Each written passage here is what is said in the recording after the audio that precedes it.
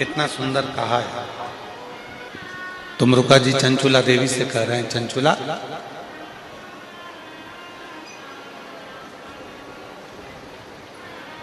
जैसे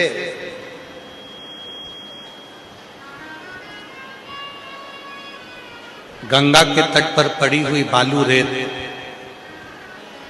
गंगा के तट पर पड़ी हुई बालू रेत का एक कण उठा लो, उस कण के बराबर गंगा का यदि एक अंश जल उस कण के बराबर भी हमारे मुख में चले जाता है, तो संसार का कोई मनुष्य कितना भी पापी क्यों ना हो, वो फिर जन्म नहीं लेता, वो परमात्मा का हो जाता है।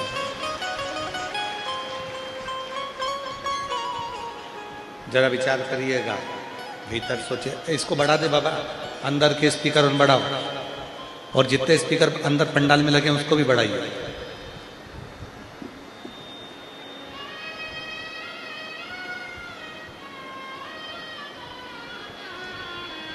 गंगा के तट पर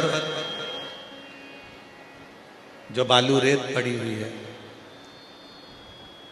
और गंगा के तट पर पड़ी हुई बालू रेत का एक कण आप उठा लीजिए, बस अब मत कर कुछ भी उसमें। गंगा के तट पर पड़ी हुई बालू रेत का एक कण उठा लो, उस कण के बराबर गंगा का जल यदि हमारे मुख में गया तो पुनः हमारा इस संसार सागर में जन्म नहीं होता। अब दूसरी बात क्या लिखी शिव महापुराण के अंदर, तुमरुका जी क्या कर रहे हैं कि गंगा की तट पर पड़ी हुई बालू रेत का एक कण के बराबर गंगा जल यदि हमारे मुख में जाता है तो हमारा पुनर्जन्म नहीं होता। और यदि शिव महापुराण के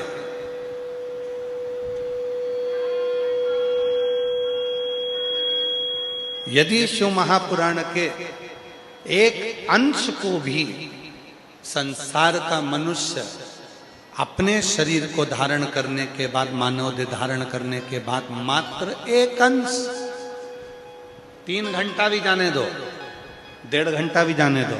आधा घंटा भी जाने दो, 15 मिनट भी जाने दो, 10 मिनट भी जाने दो, 5 मिनट भी जाने दो,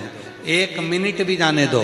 1 मिनट का भी आधा जाने दो, और आधे का भी आधा जाने दो, और उसका भी आधा जाने दो, और उसके बाद जो एक अंश बच जाए, उस एक अंश में शिव महापुराण कथा के पंडाल में बैठकर कान में श्रवण में अगर एक शब्द भी पहुंच जाए तो वो जीव फिर जन्म ना लेकर शंकर का ही धाम में हमेशा हमेशा के लिए निवास कर, वो शिव के धाम में निवास करने लगा। वो भगवान शंकर का सेवक बनकर, भगवान शंकर का अपना बनकर, हमको भी ये बात बहुत बहुत अंदर से थोड़ी सी, हम जब शिव महापुराण की कथा को बार बार हम पढ़ते हैं, अध्ययन करते हैं, तो मन में प्रश्न खड़ा होता है। आप लोगों को होता है कि नहीं होता वो हम नहीं जानते, पर कई बार हमारे मन में प्रश्न आता है कि चंचुला देवी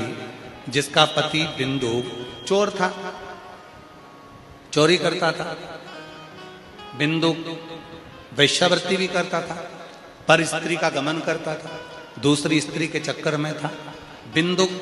जुआ भी खेलता था, बिंदु व्यसन भी करता था, गलत पान भी करता था, नशे में भी डूबा रहता था, बिंदु पर स्त्री का संग करता था, बिंदु चोरी भी करता था, दुनिया का जितना जितना बेकार काम है सारा वो बिंदु करता था। जब बिंदु इतना बेकार काम करता था तो उसकी पत्नी चंचुला पार्वती जी की सहेली कैसे बन गई? ये प्रश्न मन में बहुत खड़ता था।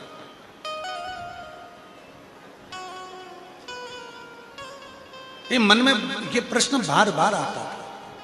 कि चंचुला देवी पार्वती जी की सहेली कैसे बन गई, सखी कैसे बन गई, कैलाश पर जाकर कैसे बैठ गई? तब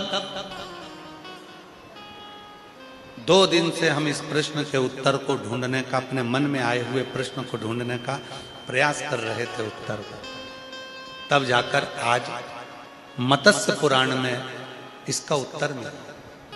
और मत्स्य पुराण में ये उत्तर मिला कि गंगा जी के तट पर पड़ी हुई बालू रेत का एक कण उठा लो और उस कण के बराबर यदि गंगा जल मुख में चले जाए तो फिर वापिस संसार में जन्म नहीं होता। और दूसरी बात लिखा कि कहीं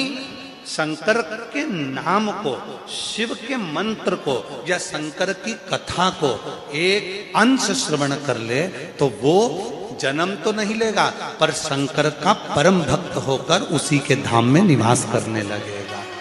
ये प्रश्न मन में, ना जाने हम तो कहेंगे दुधनाल गांव की भूमि में कुछ ऐसा प्रताप है, दुधनाल गांव की भूमि में कुछ ऐसा प्रताप है कि यहाँ कथा कहीं ना कहीं से ऐसी प्रश्न भी अपने मन में आता है और उसका उत्तर भी अपने आप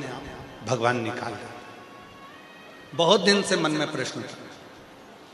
कि चंचुला देवी ने ऐसा कौन सा पुण्य करा। तब समझ में आया कि चंचुला पहुंची थी काशी अपने पति के मरने के बाद।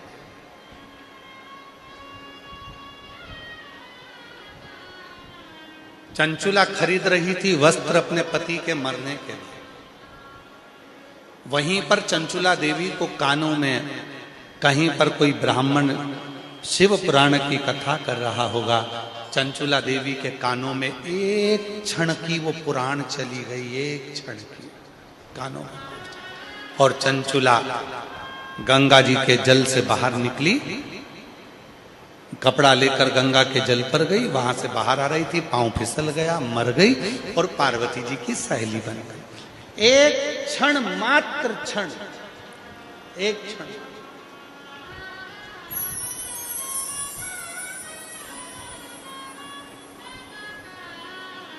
अब जरा विचार करो, जब एक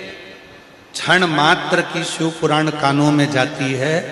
तो भगवान शंकर के धाम में हम उनके सखा, हम उनके पुत्र, हम उनके परिवार बनकर, उनके मित्र बनकर रहने लगते हैं। और आप सब